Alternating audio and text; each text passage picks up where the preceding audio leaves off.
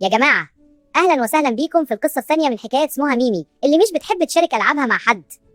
بس قبل نبدأ يا حلوين، لو عايزين تسمعوا الحكاية دي كلها وتتفق على كوسة دلوقتي ولا هاخد عادي الأطفال، يلا يلا يلا. كان يا مكان في غابة حلوة كانت قطة صغيرة اسمها ميمي بتحب تلعب لوحدها ومش بدي حد من ألعابها. كل يوم أصحابها بيجوا يلعبوا معاها، بس ميمي بتقول لا دي لعبتي أنا بس، فالأصحاب زعلوا ومشيوا.